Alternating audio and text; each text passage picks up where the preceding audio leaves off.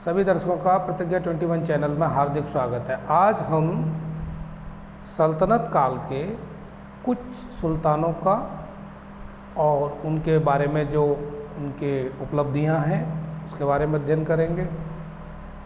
देखते हैं सल्तनत काल, और ये हिस्ट्री का टॉपिक है, इतिहास में सल्तनत काल। और ये काल जो है 1206 से 1526 के बीच का काल जो है वो सल्तनत काल कहलाता है। अब इस काल में 1206 से शुरुआत से हम लेके चलते हैं, जो सुल्तान हुए हैं और उनकी क्या क्या उपलब्धियां रही हैं भारतीय इतिहास में, उसके बारे में अध्ययन करते हैं। तो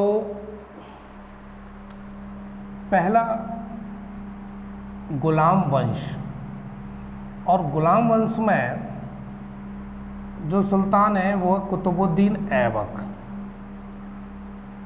कुतुबुद्दीन ऐबक, और कुतुबुद्दीन ऐबक का कार्यकाल रहा है 1206 से 1210 ईस्वी तक। यहाँ तक इनका कार्यकाल रहा है। ये क्या है व्यक्ति? तुर्की गुलाम है, और ये किसने खरीदा था? मोहम्मद गौरी। कुतुबुद्दीन ऐबक किसका गुलाम था? मोहम्मद गौरी का।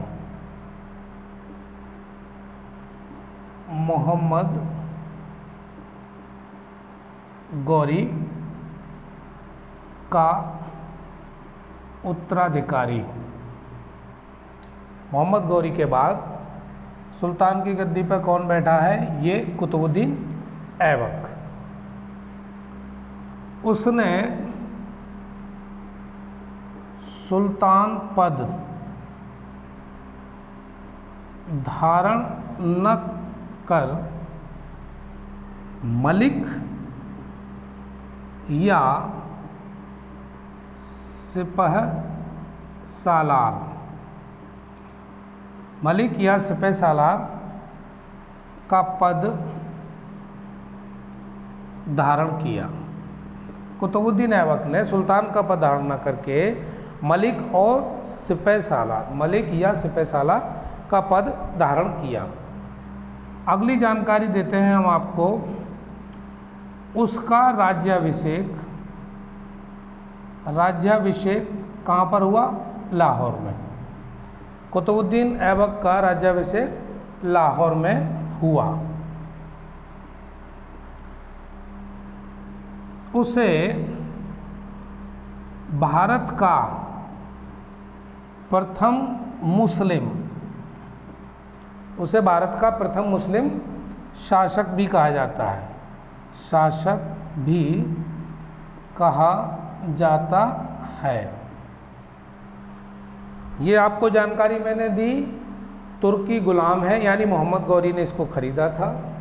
सुल्तान का पद इसने धारण नहीं किया था। इसका राज्याभिषेक लाहौर में हुआ था, और उसे भारत का प्रथम मुस्लिम शासक भी कहा जाता है। कौन? कुतुबुद्दीन ऐबक। और किस वंश का है ये? गुलाम वंश का है। ऐबक ने पहले लाहौर और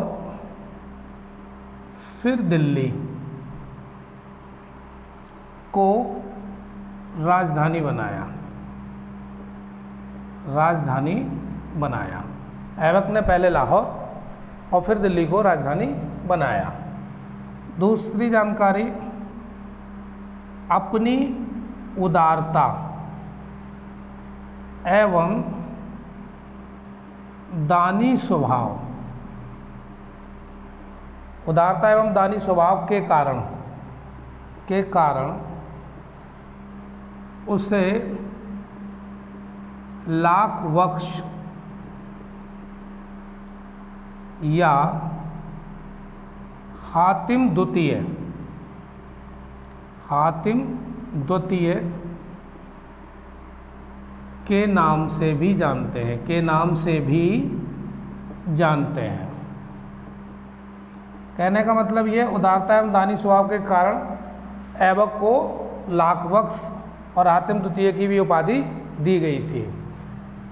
अगली जानकारी, उसके दरबार में ताज उस मासिर के लेखक हसन निजामी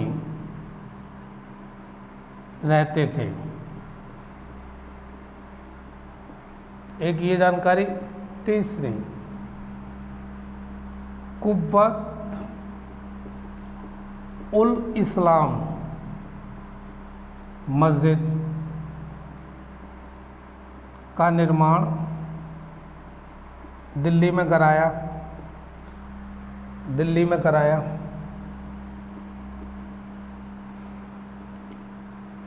अगला, 2.5 दिन का झोपड़ा,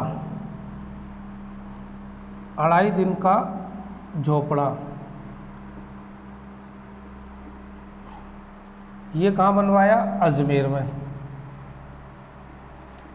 2 काम। और बख्तियार काकी की याद में, अपने गुरु बख्तियार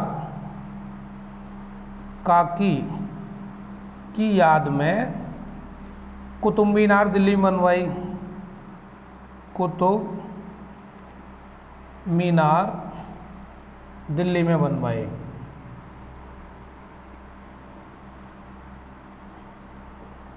बख्तियार काकी की याद में कुतुब मीनार दिल्ली बनवाई। यानी इसमें 3 है, कुव्वत उल इस्लाम मस्जिद, 2.5 दिन का झोंपड़ा, और बख्तियार काकी की याद में दिल्ली में क्या बनवाया? कुतुब मीनार। ये ऐबक द्वारा जो कार्य कराए गए हैं, संक्षिप्त रूप से मैं उनको बता रहा हूँ, इम्पोर्टेंट। 1210 में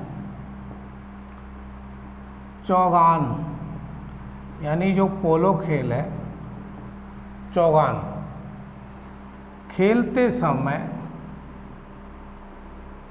घोड़े से गिरकर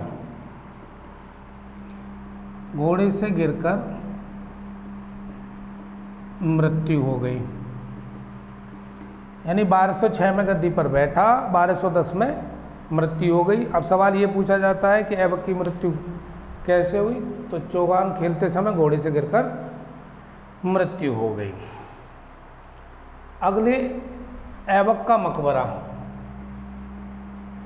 ऐबक का मकबरा कहाँ पर है? लाहौर में। तो ऐबक, कुतुबुद्दीन ऐबक से संबंधित सवाल जो बनेंगे वो उनकी इमारत कुव्वत उल इस्लाम मस्जिद कहाँ पर है, 2.5 दिन का झोपड़ा कहाँ पर है, या किसने बनवाया, कुतुब मीनार किसने बनवाया, या कहाँ पर है, और मृत्यु। अगला,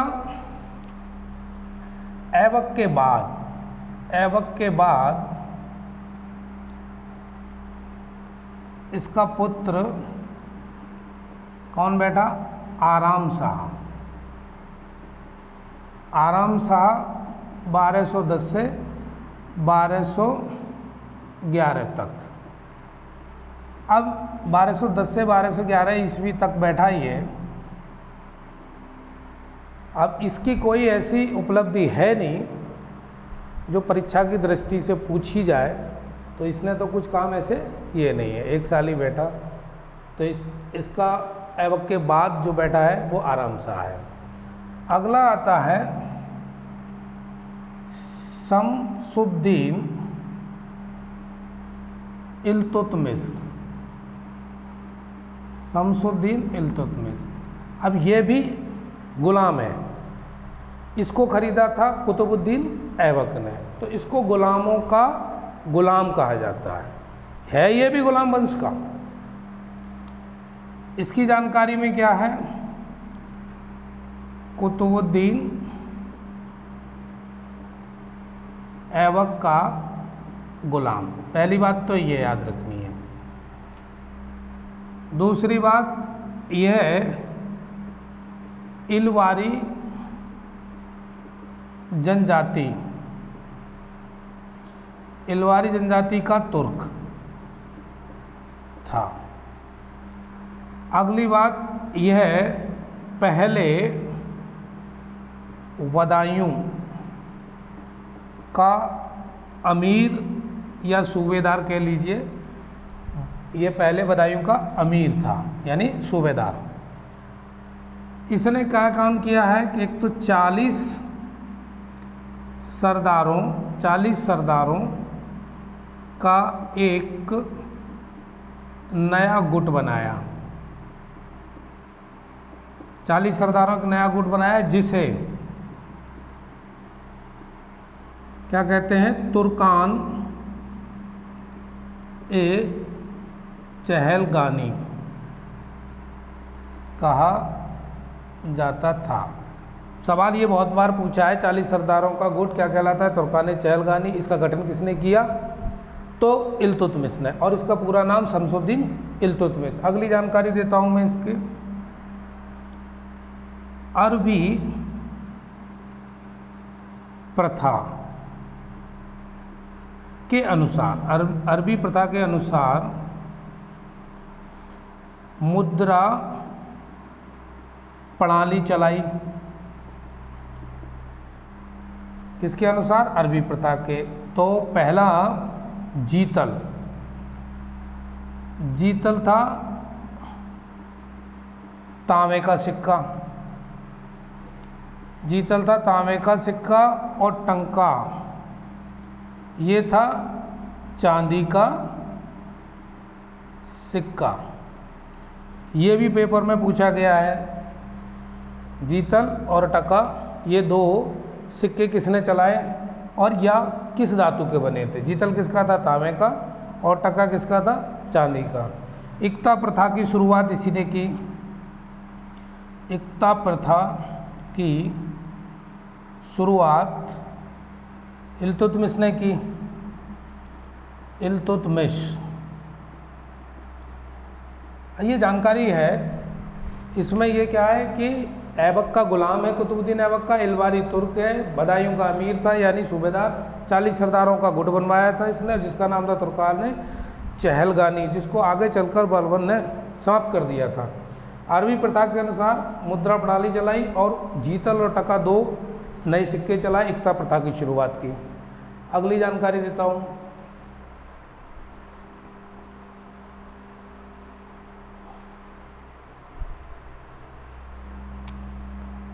इसके दरबार में मिनहाज उस सिराज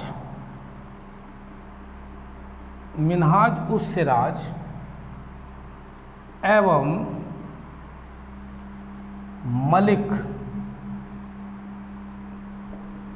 ताजुद्दीन रहते थे। तो सवाल क्या बना, मिनहाज सिराज किसके दरबार में थे, तो इल्तुतमिश आंसर, और मलिक ताजुद्दीन,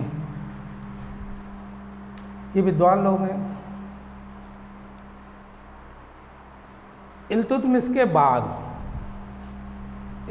के बाद अगर कोई इम्पोर्टेंट है तो वह है रजिया सुल्तान।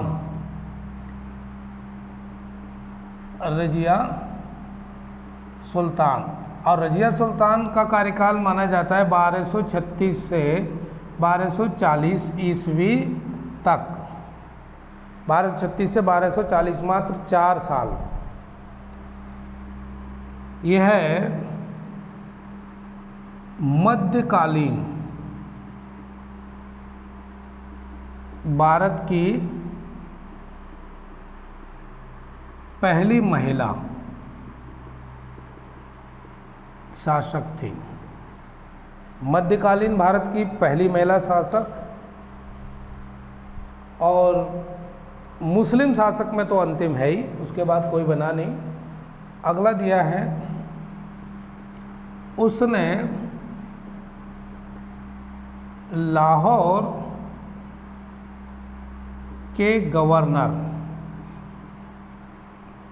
याकूत खां, लाहौर के गवर्नर याकूत खां एवं भटिंडा के गवर्नर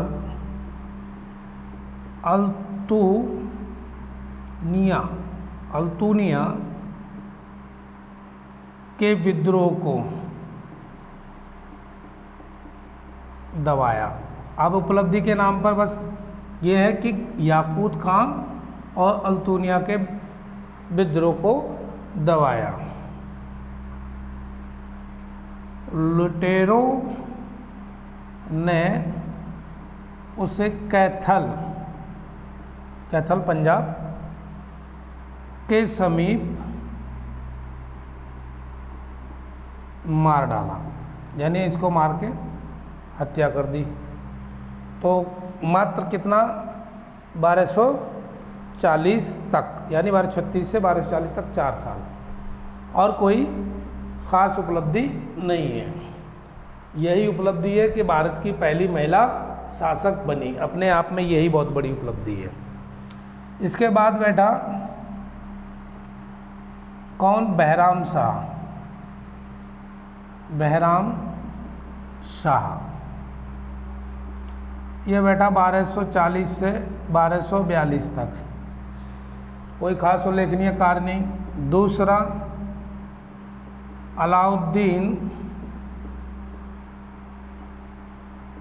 महमूद शाह, ये 1242 से 1246 तक।